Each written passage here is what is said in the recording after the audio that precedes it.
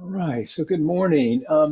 This morning I want to talk about boundaries and what I'm going to call healthy boundaries on this path. And I'll begin by telling you that in my many years in practice as a psychologist, one of the most common sources of suffering that I saw daily in my office was poor interpersonal boundaries.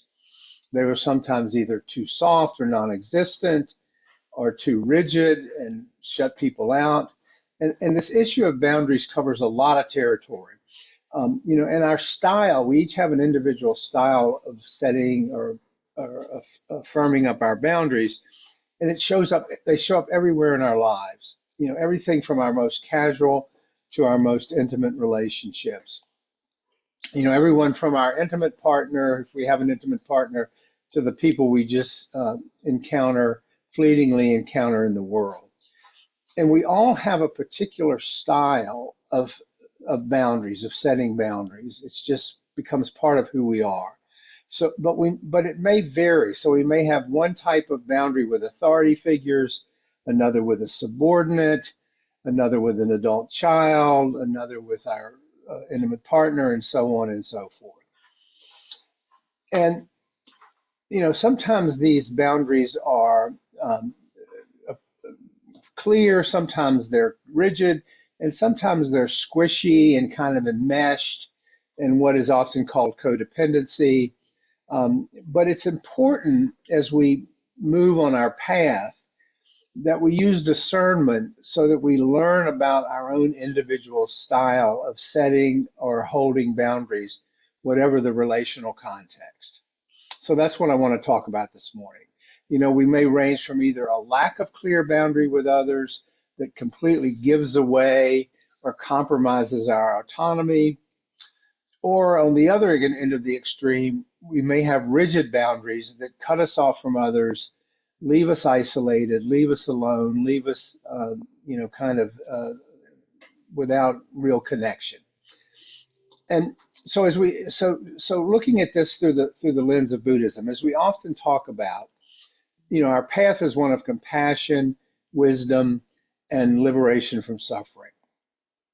And I would argue that central to this path is the cultivation of healthy and skillful relationships with ourselves, with others, and with all other beings. And as you know, I often say relationships on this journey are where the rubber meets the road. We're all social beings, so our connections with others, when they are skillful, are an essential element of our spiritual growth. And part of this, a big part of this, is establishing clear and compassionate interpersonal boundaries. It becomes an essential part of walking this path with integrity. Excuse me. The Buddha taught the importance of guarding the sense doors and being mindful of our interactions. He understood well within his Sangha, within his community, that our relationships can either be a source of great joy and emotional nourishment, or contrary, they can be toxic and a source of great suffering. I mean, that's how much importance they carry. And at the end of the day, this really depends largely on how we manage our boundaries within those relationships. For example, when we have porous boundaries, we leave ourselves vulnerable to taking on others' burdens. We are vulnerable to getting entangled in the drama and the unskillful speech and losing our inner peace and equanimity. Weak boundaries lead to codependency, resentment, burnout, and enabling others' unskillful behavior. And all of this creates or worsens the suffering in our lives. I mean, so much of our suffering is interpersonal in nature. On the other hand, on the other extreme, rigid boundaries with walls up blocks the flow of compassion. It blocks the flow. It leads to coldness, disconnection, and spiritual bypassing. And so the key, as the Buddha taught about so many things, is to find the middle way between those two extremes, to remain open-hearted while still maintaining clear boundaries. As the Buddha said, quote, we should guard ourselves as a frontier town is guarded. guard ourselves as a frontier town is guarded. He understood the importance of keeping those boundaries clear. And as you often hear me say, that doesn't mean, nor did he ever tell us, that we should be doormats in our relationships, nor should we put up with mistreatment. Healthy boundaries allow us to be truly compassionate with others without losing ourselves in the process. We often feel like we have to sort of give ourselves away to be compassionate, but that's a misapplication of our compassion. With good boundaries, I can empathize rather with your suffering without taking it on as my own. I mean, that's really the definition of codependency, where I take on your suffering. I'm like a sponge. I go around absorbing everybody else's suffering. So by that, I mean we can offer support and kindness while making sure we let others take responsibility for their own choices, their own karma, if you will.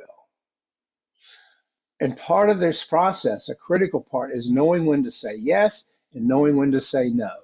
And that's when our discernment comes in. We have to make clear, skillful choices about when to say yes and when to say no.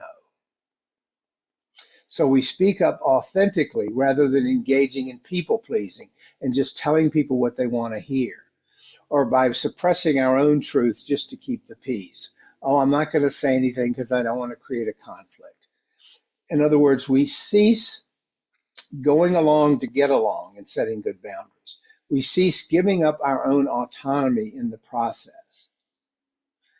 And the reason of many that we, one of the reasons of many that we do this is because clear boundaries protect our precious time and energy for our own spiritual practice, for our own spiritual path.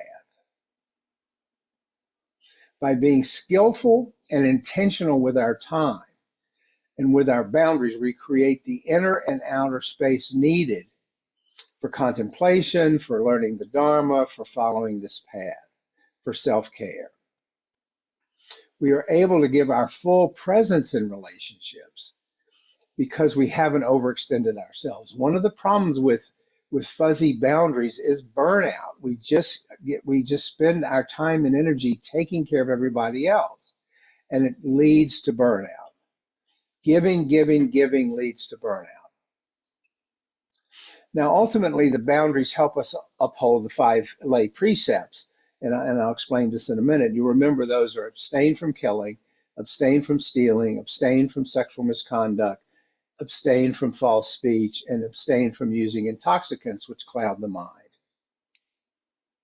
And practicing the precepts helps strengthen our boundaries, because if we live with strong moral discipline and integrity, it's easier to say no to others' demands when those demands are inappropriate or excessive. We stand up for our values and commitments even when it's unpopular or uncomfortable. And as social beings, that is not always easy. In the Buddhist time, there was a monk named Buddhaya who was known for his short stature. He was a little guy. And other monks would sometimes tease him or look down on him because of his size. But because, as the sutta tells us, because of his strong practice and clear boundaries, the hurtful words didn't disturb his mind. He didn't get caught up in it. He was able to respond with patience and equanimity. So, like him, we learn to maintain our inner peace and compassion regardless of others' words or actions. We set an intention to do so. We set an intention to enter into our relationship with clear boundaries. And we see things as they are rather than how we want them to be, which helps strengthen our boundaries. So with practice, we develop the wisdom to know what is ours to carry and what is not ours to carry. We develop the wisdom to know what to let in and what to let go of. So I would suggest to you that healthy boundaries become like spiritual armor, which allow us to walk the Buddhist path with courage, compassion, and grace. Ultimately, healthy boundaries help us take responsibility for our own spiritual freedom rather than giving that power away to others. Weak boundaries give our power away to others. They sap us. Instead, we learn to relate skillfully, and our relationships become a vehicle for awakening rather than an obstacle to awakening. So, by guarding our hearts wisely, we become a clear channel for wisdom and compassion to flow through us for the benefit of all beings. And in the process, we protect ourselves. We maneuver through the world, we would maneuver through our relationships with a clarity about what's ours and what's yours and what's everybody else's, but not rigidly to the point of slamming the door on everybody. So that's the notion of healthy boundaries on this